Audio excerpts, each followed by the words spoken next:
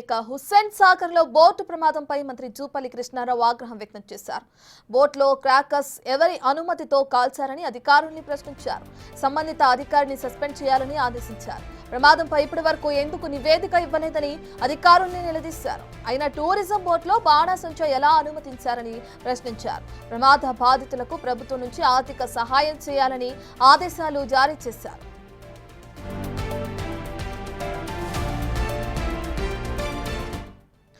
కేంద్ర మంత్రి కిషన్ ఆధ్వర్యంలో హుస్సేన్ సాగర్ లో ఈ నెల 26న మహాహారతి నిర్వహించారు.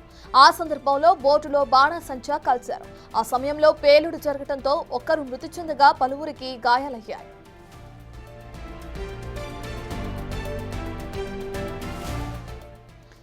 పూర్తి డీటెయిల్స్ అందించడానికి మా ప్రతినిధి హరికృష్ణ అందుబాటులో ఉన్నారు. రైట్ హరికృష్ణ, ఇప్పటికే చూసుకుంటే హుస్సేన్ సాగర్ లో జరిగిన ప్రమాదం మనందరికీ తెలిసిందే.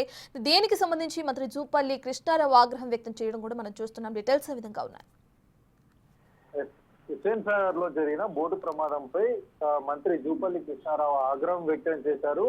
అయితే ఈ నెల 26న గణతంత్ర దినోత్సవ సందర్భంగా భారత్ మాతకు మహారథి అంటూ కేంద్ర మంత్రి కిషన్ రెడ్డి ఆధ్వర్యంలో నక్లెస్ రోడ్ లోని పీపుల్ ప్లాజా వద్ద అయితే ఈ యొక్క కార్యక్రమం జరిగింది. ఈ కార్యక్రమం సందర్భంగా హుస్సేన్ సాగర్ లో బోట్ లో వెళ్లి బాణాసంచా కాల్చే క్రమంలో అయితే ఈ ప్రమాదం చోటు చేసుకుంది. దీంట్లో ఇద్దరు మరణించారు. అయితే ఈ ఘటనపై ఇప్పటి వరకు కూడా ఏదైతే మంత్రి జూపల్లి కృష్ణారావుకి ఎందుకు అధికారులు నివేదిక ఇవ్వలేదని చెప్పేసి కూడా అధికారులపై ఆగ్రహం వ్యక్తం చేశారు. తక్షణమే ఈ యొక్క నివేదిక నాకు అందజేయాలి, అంతేకాకుండా ఎవరైతే బాధితులు ఉంటారో బాధితులను కూడా ప్రభుత్వం నుంచి సాయం చేయాలంటూ కూడా ఆయన ఆదేశాలు జారీ చేయడం జరిగింది. ఈ టూరిజం బోట్ లో బాణాసంచా ఏ విధంగా అనుమతి అంటే కాల్చడానికి అనుమతి ఇచ్చారంటూ కూడా సంబంధిత అధికారులను సస్పెండ్ చేయాలని కూడా అధికారులకు మంత్రి జూపల్లి అయితే ఆదేశాలు జారీ చేయడం జరిగింది. ఈ విషయంపై చాలా సీరియస్ గా అధికారులకు ఆయన ఆగ్రహం వ్యక్తం చేశారు అధికారుల పైన. అయితే ఈ నెల 26న ఏదైతే ఈ సంఘటన జరిగిందో ఈ సంఘటనకు సంబంధించి కేంద్ర మంత్రి కిషన్ రెడ్డి ఆధ్వర్యంలో అయితే ఈ యొక్క కార్యక్రమం అనేది జరిగింది.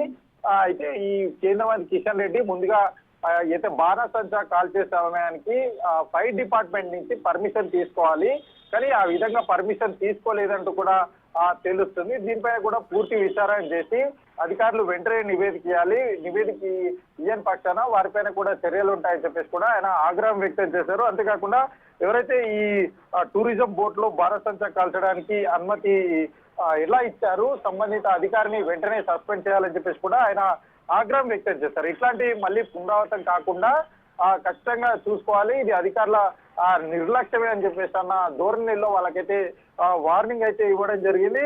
ఎవరైతే ప్రమాదంలో గాయపడిన వారు ఉంటారో వారికి ప్రభుత్వం అన్ని విధాలుగా సాయం చేయాలని చెప్పేసి కూడా అధికారులకు ఆదేశాలు జారీ చేయడం అయితే జరిగింది. Right, thank you Harikrishna.